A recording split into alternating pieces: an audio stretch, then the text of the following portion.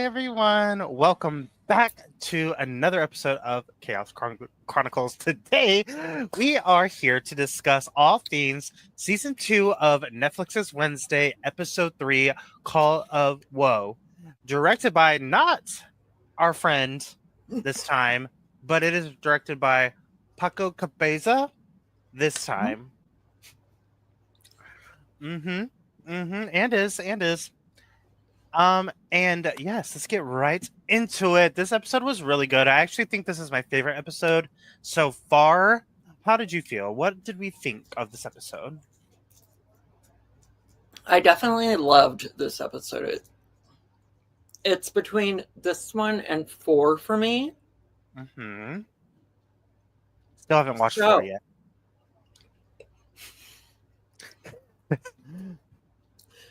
When you watch 4, you might change your mind. Period. I can't wait. But let's get right right on into episode 3. Get your snacks, baby, because we've been snacking. We still snacking. Sponsored by Reese's peanut butter cup. Right. Or Nerds Clusters, which I was eating prior to this heavy. But yes. This episode, it starts off really cutesy. I kind of love Morticia and Gomez's relationship because it starts out with them being really cutesy and kind of flirting. They were going to get it on, baby. They were about to have some crazy, wild nights. And they did. They didn't, actually, because Wednesday tried to steal the book back, and then Morticia got the sense. She has that sense. She was like, someone's here. Hold on. Now, knowing Morticia has that sixth sense, why did Wednesday could have sent her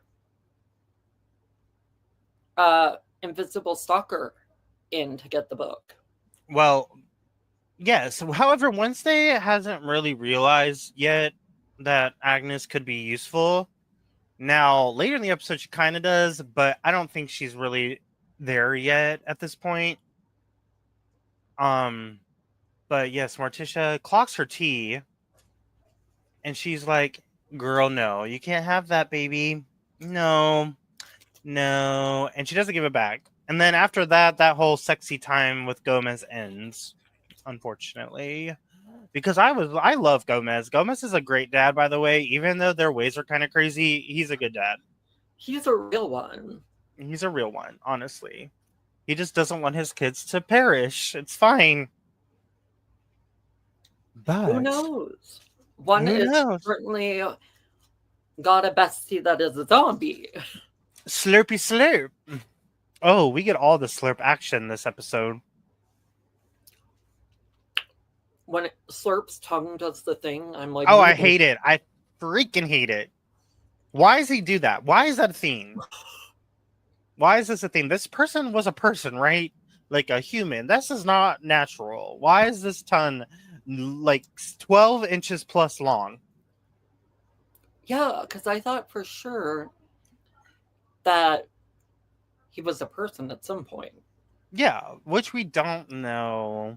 We don't know. However, we do know that this episode, we're going to camp, baby. We're going to summer camp in the fall, baby. We're going glamping. We're going... is it glamping? I mean, Morticia's tent's pretty glam. Okay, oh my god. Let me get started on Morticia's fits this episode. Morticia slayed her outfit. Whoever is the outfit person for Morticia, these outfits were my favorite Morticia outfits we have seen. This whole episode, she was eating down. Now I wonder who was the costume designer. Please, who was it? If y'all know, please let us know, because I don't know. But Morticia's fits, especially when they came to the camp, when they showed up with her little umbrella and that little outfit, I was like, girl. She was eating. I was living. But before we even get to camp, we know we're going to camp because Enid is talking about it once Wednesday goes back to her dorm. And Enid wants Wednesday to come. However, Wednesday's not into that idea. She's like, oh yeah, fuck that. But then we get Agnes's creepy ass coming back again. Agnes showing up out of nowhere when Dean and Wednesday are having this intimate conversation. She says like hello, basically. I'm like, this girl can go. Absolutely can go. Agnes, I think they purposely wrote her like that. But yeah, she does. She gives me creepy vibes at times. Oh yeah, 100%. The character is supposed to be creepy, but that it just the actor's really doing a good job at being creepy. She's really selling it. Literally selling it and devouring it, which is good, but also I'm creeped out. I'm not gonna lie. I don't like Agnes. Comment down below. Do you like Agnes? Tell I'm us. not the biggest Agnes fan. No, me either. Never will be probably. But And after then a scene, and then some, or her friend. But we'll get to the friend in a bit. But so we see Wednesday. She goes to Galpin's funeral, in which there's nobody there, I don't think, except for Sheriff Santiago and Fairburn are there.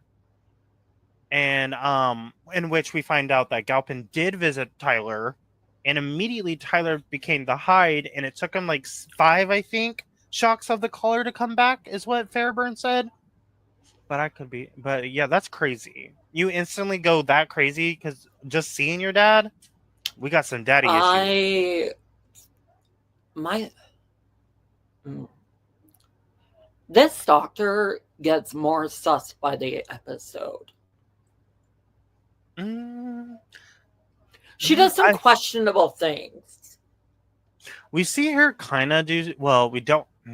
That's why I think she might be involved with the crows. Maybe she's the avian. Who knows? I mean, she knows about outcasts. She knows a lot about different kinds of outcasts. She knows a lot about hides because not only is Tyler at Willow Hill, but his mother is or was as well for being a hide too. I believe. Was, I think, as well. Yeah, it was. And yeah, so she knows a lot about outcasts, which I don't know if that's, it must be a common thing. Like, you know how in Harry Potter there's like the wizards and the muggles, but the muggles don't know about the wizards. But in this world, I think everyone knows about outcasts. They kind of like coexist in a way. In a way, but they also don't, because yeah, the outcasts get discriminated on all the time. Yeah, which, I mean, if there were zombies, werewolves, vampires that we all knew about and we knew who they were, I'd be a little worried too if I wasn't one of them, honestly. And I did look up the costume designer. It is Academy Award winning Colleen Atwood. I don't know who that is, but yay her, she's slayed. I know that she's like one other thing, so that's good. Well, I can see why. She kind of literally slays.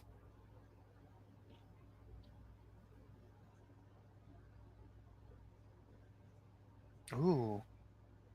What do we know about her? Well, you look that up. We can get right into some good stuff here. And I have a really interesting question. So once Wednesday kind of is over Agnes, but realizes and it confronts her like, how did you send the message to Enid's phone from Galpin's phone? She used one of her friend's shape-shifting skills to unlock Galpin's phone, which Wednesday uses to her advantage to unlock it again. Now, would you, at this point, if you were Wednesday, possibly use Agnes and her friends' abilities for your favor? Keep your friends close but enemies closer kind of vibe? Maybe. I feel like there's benefits to keeping creepy Agnes at bay. Yeah. I feel like I would. She's someone that, to me, gives off a very unpredictable vibe. Very. And in that sense, I would kind of want to keep that close to me. Mm-hmm. Because what is she capable of Mm-hmm. if you were to like Betray her? yeah. A good question. We don't know. But she did try to kill Bruno and Enid last episode, so she isn't someone to trust. Maybe she However, needs to be admitted to Willow Hill as well. I think so. She's definitely not someone to trust. However, Wednesday does comment that her abilities could help Wednesday. So I think Wednesday is going to use her. And her friend commented, I don't know what her friend's name was, but the shapeshifter commented like she also was a Wednesday fan. So I would just use them at this point. If I were Wednesday, I'd be like, I don't like them and they're creepier than I But am, but I'm gonna use them. I would at this point for sure. I feel like there's benefits to keeping her close, and there's benefits to not. I agree. I definitely agree. I don't know which one is beneficial, like which one outweighs the other, but I agree. There's definitely pros and cons. Pros and cons. Very much so, pros and cons. But thanks to Agnes and her friends' abilities, Wednesday comes across a message on Galpin's phone and discovers a reference to a cabin that is close to the camp that they're going to for this camp trip, in which now Wednesday has to go. We're going camping. We're going camping, baby. Pack my bag. Pack my suitcase. She would probably carry a briefcase. Pack my briefcase. We're going. Or one of those old-timey trunks. Yes, one of the two for sure. But now she has to go. And she's not happy she has to go now, but also she finds out that her parents are chaperones. And now we got parents and brother. Why do I feel like Gomez, if he found out about Slurp, would probably help Pugsley with Slurp? You know what? I found it weird that Pugsley and Eugene didn't show Gomez Slurp when Gomez approached their tent. Yeah. I'm very surprised that they didn't allow him in. But they also it's hard to they look suspect with their antics. Oh yeah, and when they said that the reason was Eugene blew ass in it, I was like, girl, Gomez don't give a damn about that. That smell is probably coming from Slurp. Oh yeah, I mean, Eugene did state it smells like dead people in there. And it do because there's a dead person in there. Because Pugsley breening Slurp was crazy, and then I agree with Eugene when Eugene's like, I'm done with the zombie antics, baby. I would have been like, you're on your own. Eugene kind of did say that, but Pugsley was like, no. Hee. Yeah, that's an interesting character. I still love Pugsley. I think he is one of my favorite, if not my favorite character.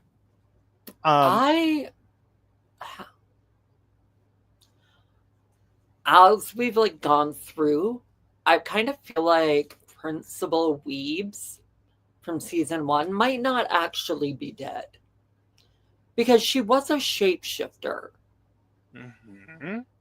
Okay, interesting theory. So I wouldn't be surprised if she turned up in the last 4 episodes.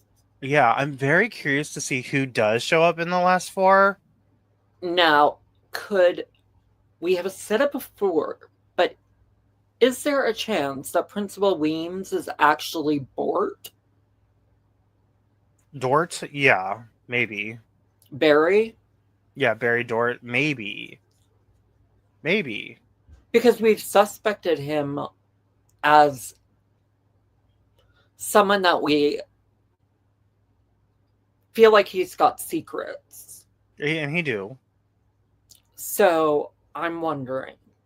Somewhere in there, there's secrets to be seen and to be uncovered. So yeah, I fully agree. Maybe you know what? That's interesting. We don't know. We will find out in the next 4 Because episodes. Bart is very pro outcast.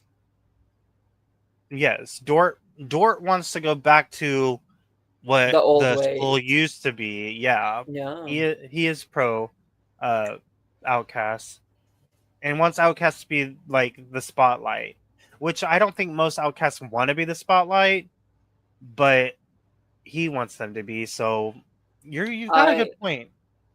Jericho had a lot of witchy vibes to it. I don't know. Camp? I'm just the camp. It had I don't know. It had interesting vibes. I don't know what all I've really thought about the camp itself, but there's definitely Some double booking. Oh yeah, some double booking. Yes, we do see that another camp is there.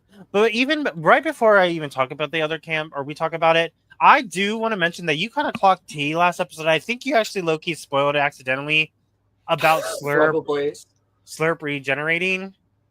Because we do see that Slurp is regenerating after eating. Here, his brain's growing back and regenerating. His like physical like wounds and stuff are healing. So we do see that, and you clock that T. I wonder if maybe by the... I don't know if it'll happen. We know that bad things are coming. Will we end up seeing Slurp manifest into full human form by the end of I don't think so. I don't think so, only because of what happens at the end of this episode. But it could. I don't know. We will see. That tongue, though, like... I don't like the tongue. But I want to get back to that at the end of the episode, because there's something that happens that I don't want to say quite yet, or we don't want to talk about quite yet. But we do know about the other students that are at the camp. They're called Claw.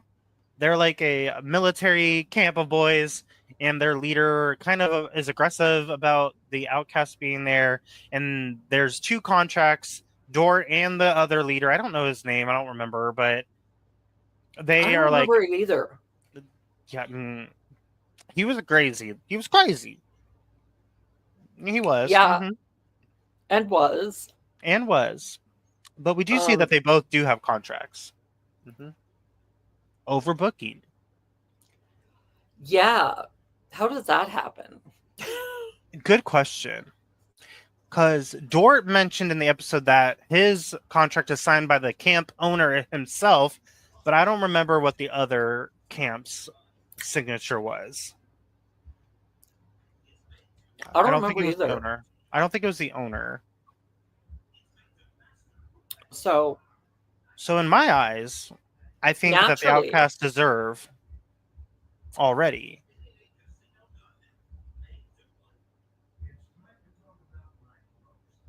Are you seeing the light, sis? All of a sudden, bass just started going boom, boom. I actually hear it. I can feel it. Not physically, but I can hear your bass. I'm not even near bass. Spooky Lukey's happening again. Yeah, I so how are we going to solve that double booking? Basically, capture the flag. Yes, we basically are playing a game of capture the flag in a color war versus the team of outcasts that was picked versus the Claw. And the team for the outcasts decided to be Eugene, Wednesday, Enid, Ajax, Bruno, Bianca, and the 7th member, I don't know his name, but I think he's another werewolf. I couldn't find his name anywhere. I think it was. I don't remember her name either. I don't know his name, but In my I eye, in hate my when opinion, characters don't have a name, and I'm like, what do you think about this? In my opinion, they should have axed the seventh member, that werewolf male, and added Agnes. They already it have would two have been werewolves on the team. helpful. I agree. I think Because Agnes. nobody would have seen her coming. No. But Enid doesn't like Agnes. I mean, Agnes chained her up. I get it. Yeah, I get it But too, but I feel like she's scared that Agnes and Wednesday will get closer than her and Wednesday. Which is I crazy. don't see. But yeah, it's definitely like a fear of missing Wednesday. I agree, but in my opinion, because in all reality, the seventh member didn't do anything, it should have been Agnes over that. They already have two werewolves. They don't need three. They have a Grapevine, Siren. They have a Gorgon,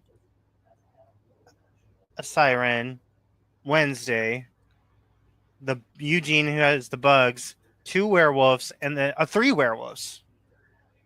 Why were there so many werewolves? I don't know, but we see that our people, our outcasts, kind of flop at the beginning. Yeah, they got kind of beat down by the military boys. They did. They got beat down early on. We see that the seventh member that we don't know his name, he gets gorgoned by Ajax, who then gets captured by the, and then Bruno and Enid get tear gassed. Bianca can't use her abilities at all on any of them. So, which causes the Claw to get their cipher first. I wasn't. Were you shocked by this by chance? I was, and strictly because almost everyone on Team Nevermore has some kind of ability. They all do. Right. Whereas the military boys, they only really have their brawn. So I didn't see it. I didn't see it as an equal game, for one. Neither. And I think Team Nevermore could have bested them easier than the way that it went. I agree. And I thought that it was going to be a clear winner here. But I guess they did it for suspense. Yeah, it was plot armor for sure. Definitely plot armor from the writers. But I feel like Nevermore should never have fallen as behind as they did. Yes, I agree, because in all reality, with Claw getting their cipher first, and it kind of took the team a minute to get theirs. And I didn't really realize or think about how good Eugene would be in this scenario, but it really turned around for them when Eugene used the bees. Yeah. I was like, girl, and that would be my worst nightmare, by the way. Getting stunned by 1,000 bees, girl, no. Second those bees are coming, I'm out. I would have been crying, fetal position. No. I'm deathly allergic. So. Oh, you would have been dead. Deceased. Miss Man would have been dead. Okay, we would have had a body on the hands, body, yaddy, yaddy. Yeah, no, even the sound that the bees make, the buzzing. No thanks. No thanks at all. But because of the bees, Eugene kind of was the VIP, because when he did that, that allowed Wednesday to grab the cipher for them, which turned the game completely around. They almost lost. They almost lost, which they did. They almost did, but Wednesday had a grappling hook on her. Where'd that come from? Girl, where? But she used it on that tower and kind of kicked that bitch, kicked that boy, and their little cipher went and blew up. And our outcast won. Our outcasts. I mean, they definitely had me on the seat. Oh, I was on the seat too. Barely. By seconds. And what else happened at camp?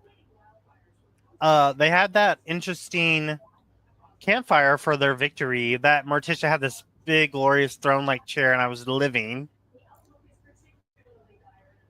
And we got a little song, a little song from our music instructor. Which, I mean, she has good vocals. If that's actually her. Yeah, if that's her. I love the music that they use in the show. Mm-hmm. Me too. I like that they use the instrumental version of "Losing My Religion" towards the end. Yes. I was like, girl, we see you. Yes, but we do see that Wednesday also is going on her solo mission to find the cabin.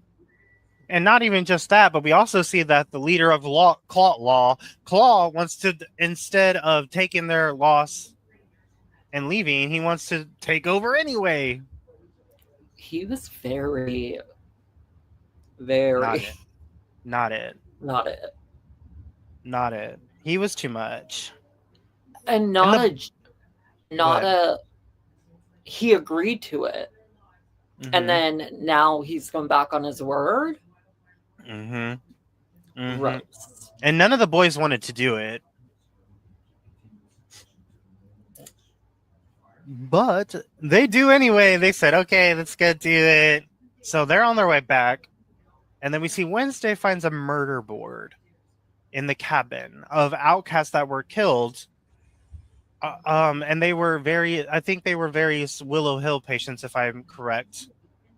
Yeah, so they were, if I'm not mistaken, it was all the people that were murdered by the mysterious crows. Possibly. I don't recall. Because they were, what was his name? He got offed in like the first episode. Mm-hmm. Carl? Yes. But Carl isn't. I didn't recall seeing Carl. I thought it was just children from Willow Hill, but I could have missed Carl because I watched it last night.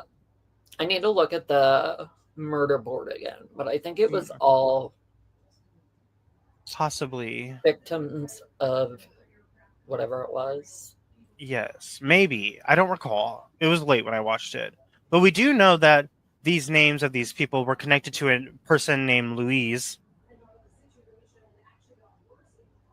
And we also know that Wednesday took the photos. So Wednesday has the evidence of all these deaths and murders. But I don't know. Do you know of anyone who could be hunting them, these outcast members? Because I don't have a clue. I don't at the moment. I know, like, I thought maybe it might be Gaga's character. Maybe. I don't know. I think we'll get more answers. Yeah, in the last 4. And who knows? Maybe it could be Principal Former Weebs. Maybe. I mean, you're not on a wrong path where you're thinking that he or she could be alive. Because maybe she's even related to the shapeshifter that's in Agnes's group. Maybe. Like, that might be bloodline related. Possibly.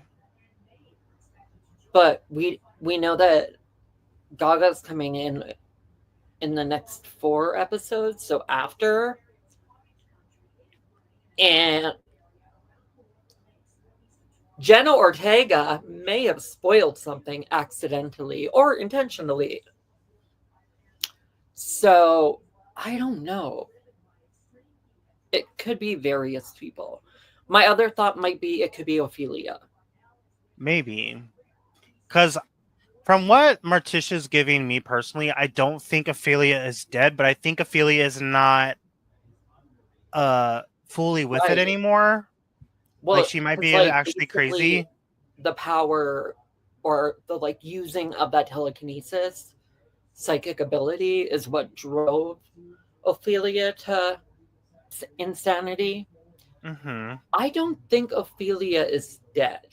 Me either. And the thing what we see with Morticia is doing, she just doesn't want Wednesday to end up institutionalized from overusing using Goody's book. Right. Right. So it's like it's protective parent vibes. Mm-hmm. Mm-hmm. I agree. Which, we do have the moment where Wednesday approaches Morticia about the Dula e Ciegas, the That blindfolded duel. that thing. Dula e Ciegas, I think is how you pronounce it. Now, if I'm wrong, please comment down below. I am not I Spanish already know. speaking, so please. I yeah, I don't know the wording of it. But it is a blindfolded duel, a staple in the Addams family. Right. And Morticia agrees, kind of shook that her daughter's challenging her to this duel. And the prize for Wednesday is Goody's book back. And the prize for Morticia is she's burning it. And they use these glass hearts, and whoever breaks the heart wins. And honestly, I was this scene living was really for this. great. Me too. I was like the choreo. The choreo, Morticia ate. She was like, they both ate. They really did. I loved the choreo of this fight. They were both so like elegant and swift with it. It was gorgeous to watch. The cinematography, like it was shot beautifully too. Mm-hmm. I definitely agree. It was my favorite scene of the episode, or scenes, I should say. I would also agree with that. I do think. So we know that Slurp gets out of the tent, and he's on a mission. Now, I don't think Slurp is just physically getting better with eating. He also is getting smarter. Like, him grabbing the axe was crazy. Yeah. But that scene with Gomez in the shower when Slurp is entering the shower and like beating it down with the axe and Gomez thinks it's Morticia was hilarious to me. I was like, okay, get it, Gomez. Get it? Gomez was getting ready. Ready. Just like, oh, mi amor. Poppy was ready. And he was getting licked down in the back by that 12-inch stun.